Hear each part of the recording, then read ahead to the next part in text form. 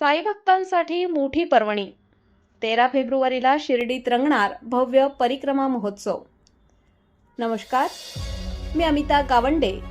Kabir news network Trimbakeshwar मध्ये आपले स्वागत आहे.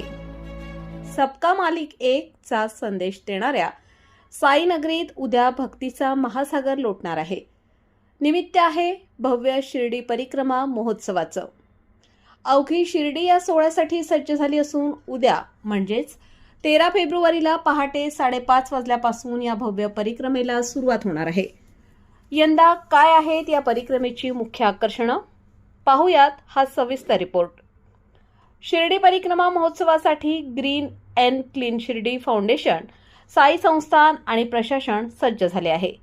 यंदा या परिक्रमेत विक्रमी गर्दी होण्याची शक्यता वर्तवण्यात येत असून संपूर्ण 5 ते 10 किलोमीटरचा परिक्रमा मार्ग फुलांनी आणि आकर्षक रांगोळ्यांनी सजवण्यात आला आहे. यंदाच्या सोहळ्याचं मुख्य आकर्षण ठरणार आहे ते म्हणजे मध्य प्रदेशातील रतलामचा सुवर्ण रथ.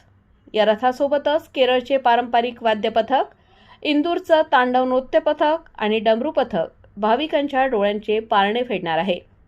सोबतच स्थानिक विद्यार्थ्यांची लेझिम पथके आणि भजनी मंडळी या सोहळ्यात भक्तीचा रंग भरणार आहेत.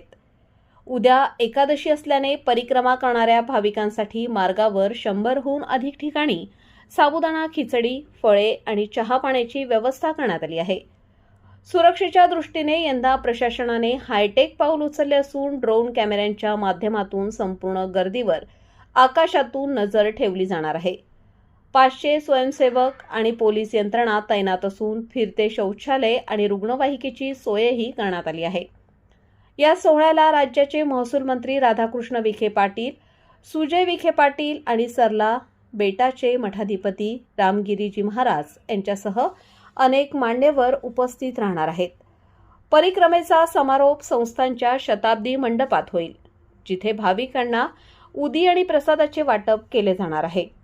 साईबाबांच्या अशाच ताज्या बातम्या आणि अपडेट्ससाठी पाहत रहा कबीर न्यूज नेटवर्क त्र्यंबकेश्वर.